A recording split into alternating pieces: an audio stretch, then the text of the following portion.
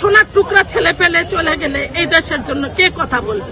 সারা দেশ কাঁদতেছে, সারা মানে দেখেন আকাশও স্তব্ধ হয়ে গেছে।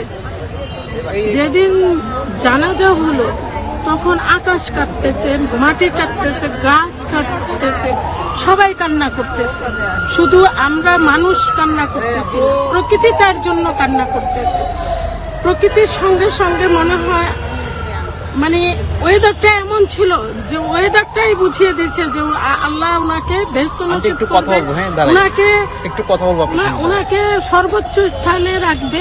আল্লাহ সেটার রূপ দেখিয়ে দিয়েছে। ভালোবাসে উনার কথায়, উনি যেভাবে কথা বলছে মানুষের জন্য বলছে, নিজের জন্য কিছু করে নাই, নিজের জন্য কিছু রাখে নাই, একটা চিন্তাও করে নাই যে এত যে উনার আসতেছে, গুলি হবে, উনাকে মারবে, ওয়ার্নিং হইতেছে। উনি তো প্রত্যেকটা ভিডিওতে বলে আসতেছে যে আমি আমার জীবনের পরোয়া করি না, আমার বাচ্চাটাকে দেখেন। তাহলে উনি কতটুকু ইনফরমেশন পাইলে এই কথাগুলা বলতে পারে? তাহলে ডক্টর ইউনূস সাহেবকে দাঁড়া করাইছে উনারা, কিন্তু ডক্টর ইউনূস সাহেব উনাদেরকে শেল্টার দিল না কেন?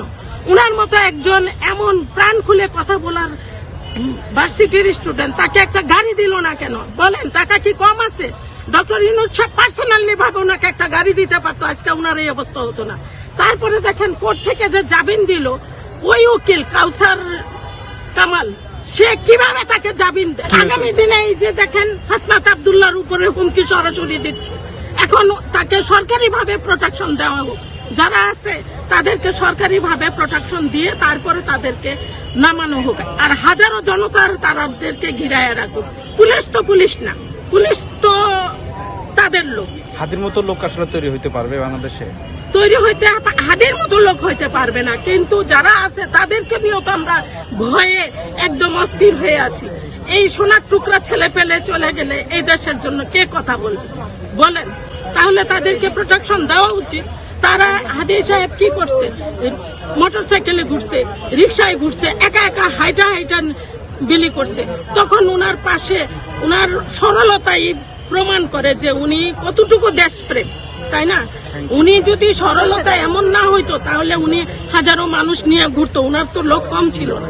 হ্যাঁ, কিন্তু উনি অনেক সরল, অনেক ভালো। উনি আল্লাহর কাছে মানে উনি পরকালে গিয়েও বেহেশত নসিব পাবে।